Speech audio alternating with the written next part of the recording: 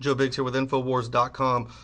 Now today what I'm going to do is show you footage of the blast from Sunday, except this will be a different angle and closer up. We'll get to that in just a minute.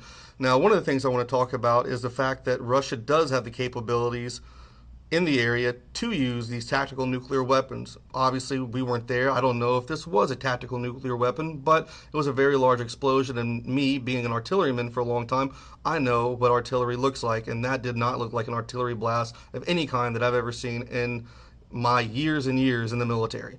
But here's what we got. We've got an article from Newsweek that says Russia has threatened nuclear attack. This coming from the Ukrainian defense minister, says Kiev has received threats of nuclear retaliation from Russia through unofficial channels if it continues to fight pro-Russian separatists in eastern Ukraine.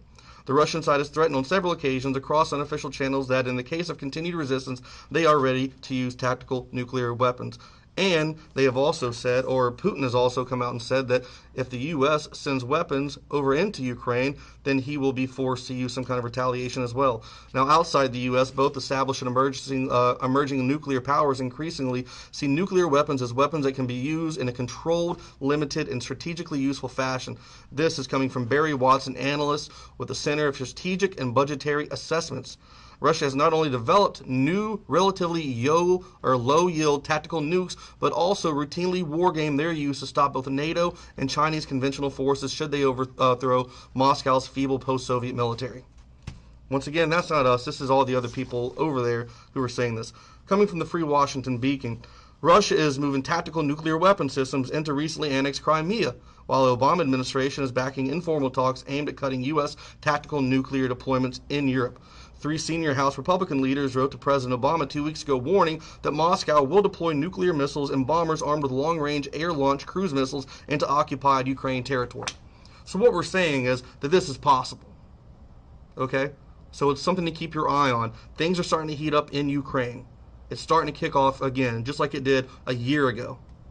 Now they're saying there's only been 5,000, but we know there's been about 50,000 deaths in this war so far going on. Now another thing I had some articles sent to me from people who were in Ukraine.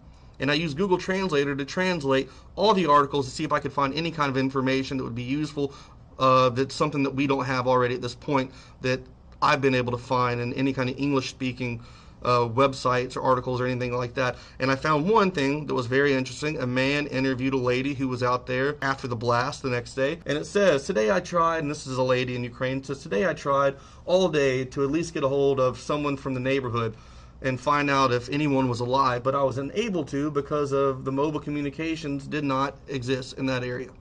Now let's go ahead and take a look at the footage that I was talking about earlier. Like I said, this is a closer view of the explosion on Sunday night. You get the exact same thing, except you see that ore, that huge bubble come out, and then you see it like mushroom out, and you hear the huge shockwave that comes and rolls through, and then just kind of goes to black.